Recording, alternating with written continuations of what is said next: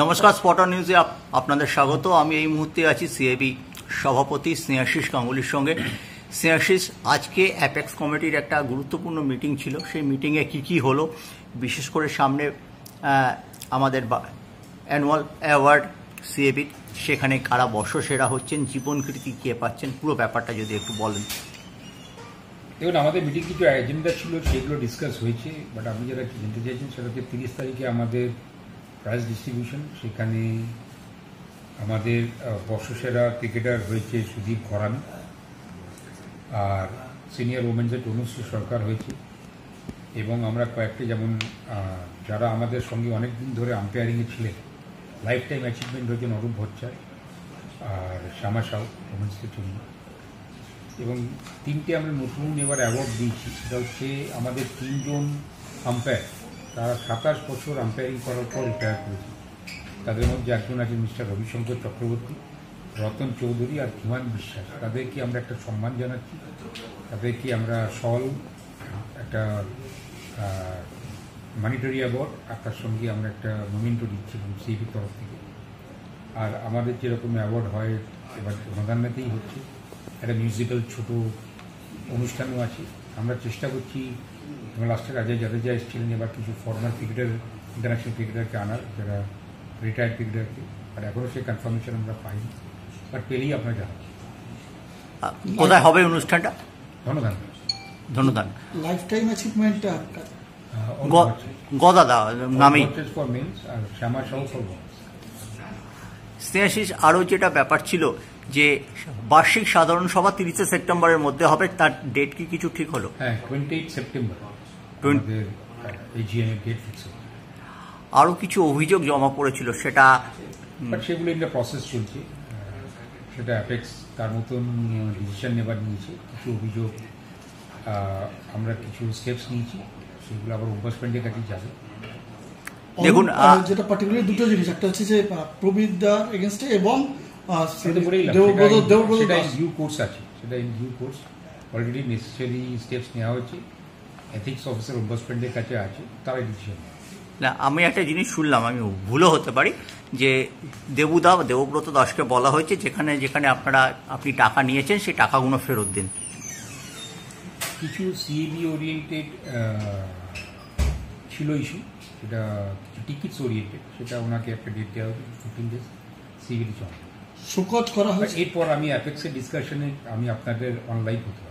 আচ্ছা, একটা স্নেহাশিস, আমরা যে ভবানীপুর এবং ইস্টবেঙ্গল ম্যাচে যে একটা গন্ডগোল হয়েছিল, তুমি বলেছিলে আমরা স্থগিত রেখেছি T20 বেঙ্গল প্রিমিয়ার লিগের জন্য, সেইটা কি হলো? কিন্তু আমরা অলরেডি ডিসিশন হয়ে গেছে। ডিসিশনটা একটু যদি আমাদের জানিয়ে দেন। আগে ডিসিশন হয়ে গেছিল, যারা যারা কয়েকজন প্লেয়ার ছিলেন, সুরেশ জয়সওয়াল ছিলেন, সাবির গান্ধী ছিলেন,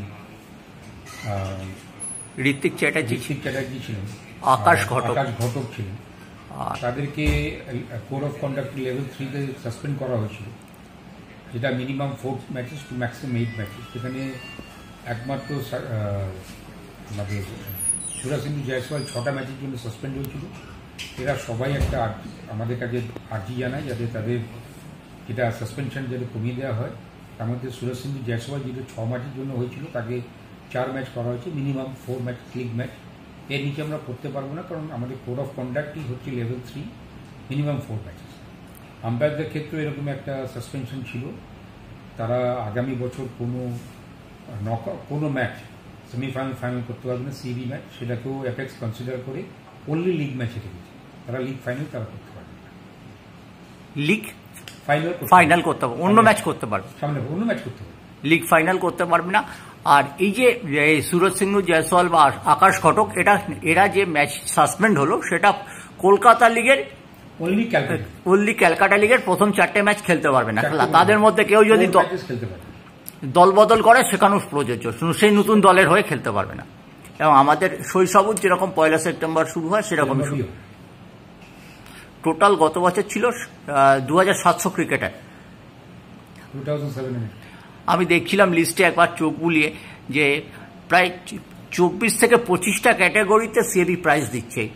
হ্যাঁ, এটা একদম আন্ডার 13 একদম সিনিয়র লেভেল থেকে। এই ব্যাপারটা নিয়ে কি বলবে, যে এতটা ডিপে গিয়ে এইভাবে যে প্রাইজ দিচ্ছে উঠতে ছেলে প্রতিবাদ তুলে? প্রতিবারই প্রাইজ দিই, বাট নাম্বারস বেড়ে গেছে, কারণ আমরা গতবার থেকে কিছু নতুন প্রাইজ ডিস্ট্রিবিউশন দিচ্ছি, যেমন বেস্ট আন্ডার-19 ক্লাব ক্রিকেটার দিয়েছি, আন্ডার-16 ক্লাব ক্রিকেটার দিয়েছি, প্লাস আমাদের টুর্নামেন্ট অনেক বেড়ে গেছে। তো বিভিন্ন টুর্নামেন্টে আমরা বিভিন্ন যে টুর্নামেন্টগুলো তাদেরকেও অ্যাওয়ার্ড দিচ্ছি।